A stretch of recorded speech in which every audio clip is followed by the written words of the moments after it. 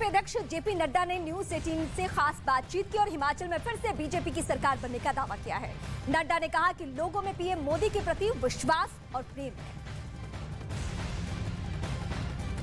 हिमाचल प्रदेश में 12 नवंबर को चुनाव है और ऐसे में आज बीजेपी की तरफ से संकल्प पत्र जारी किया गया है और लगातार बीजेपी की तरफ से मिशन रिपीट का दावा तो किया ही जा रहा है। इसके साथ साथ ये भी बात की जा रही है कि हिमाचल प्रदेश में इस बार उत्तराखंड हो या गोवा हो, उसकी तर्ज पर रिवाज बदलेगा।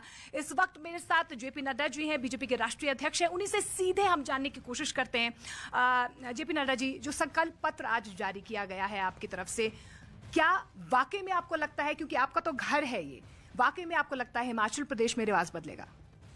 निश्चित रूप से संकल्प पत्र एक तरीके से अच्छा संकल्प पत्र निकला है।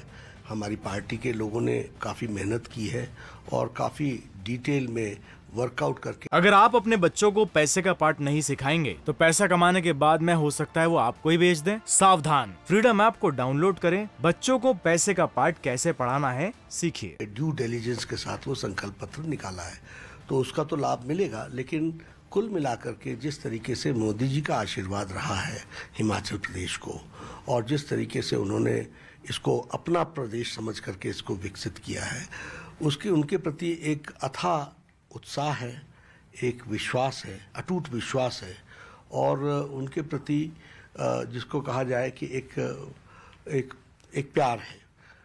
और जयराम ठाकुर जी ने उन नीतियों को धरती पर उतारा है, इसलिए हिमाचल की जनता आतुर भी है और इच्छुक भी है कि वो भारतीय जनता पार्टी को फिर से मौका दे, इसलिए रिवाज बदलेगा। बिल्कुल।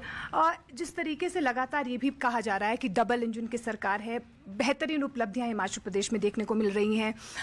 डबल इंजन की सरकार की अगर मैं बात करूं कि हिमाचल प्रदेश एक छोटा सा राज्य है और 80 से 90% केंद्र पर निर्धारित रहता है कि केंद्र उनकी मदद करेगा। डबल इंजन सरकार की ऐसी कौन कौन सी उपलब्धियां हैं जिसके वजह से एक बार फिर से मिशन रिपीट हिमाचल प्रदेश में होगा? ये कॉन्फिडेंस बीजेपी में है। देखिए, जो कहा था वो किया है, जो नहीं कहा था वो भी किया है। कभी यहाँ के लोगों ने सपना भी नहीं लिया था कि all India institute of medical sciences आएगा। वो मोदी जी की देन है, मोदी जी ने हमें दिया, वो आशीर्वाद मिला। कभी नहीं सोचा था कि इंडियन इंस्टीट्यूट ऑफ मैनेजमेंट आएगा, वो भी आया। कभी नहीं सोचा था कि Indian institute of information technology आएगा, वो भी आ गया। बल्क पार्क कभी 2 राज्यों को मिला, 3 राज्यों को मिला है देश में, उसमें एक हिमाचल प्रदेश को मिला है। 2000 करोड़ रुपए की इन्वेस्टमेंट है। हिमाचल सारी दुनिया के नक्शे में आ जाएगा। मेडिकल डिवाइस पार्क मिला, नेशनल हाईवेज मिले, 4 लेन। कभी पहाड़ के लोग सोचते भी नहीं थे कि हमें इस तरह के इतनी इन्वेस्टमेंट मिलेगी। अब Kiratpur to Manali 60,000 crore rupees are being spent for 4 lane. 60,000 crore rupees हमारे हिमाचल के लोग नहीं सोच पाते थे, लेकिन ये मोदी जी का आशीर्वाद है जिस कारण से मिला। तो और जयराम जी उसको उसमें इम्प्लीमेंट कर रहे हैं। अब ये रेलवे लाइन बन रही है बिलासपुर तक, मतलब पीढ़ी बदल गई। मैं छोटा होता था जब मैं सुनता था रेलवे लाइन आएगी। आज हम ये कह रहे हैं कि 2024 तक बिलासपुर रेलवे लाइन पहुंच जाएगी। तो ये सब चीज़ें यहाँ के लोगों को उत्साह से भर रही हैं। बिल्कुल उत्साहित हमको जनता नजर आ रही। सर, जिस तरीके से शीर्ष नेतृत्व की मैं बात करूं, प्रधानमंत्री नरेंद्र मोदी लगातार चुनावी धार में आगे हैं, आप लगातार यहाँ पर चुनाव प्रसार कर रहे हैं, शीर्ष नेतृत्व सभी प्रचार कर रहे हैं। कांग्रेस की तरफ से सिर्फ प्रियंका गांधी हमें नजर आ रही हैं।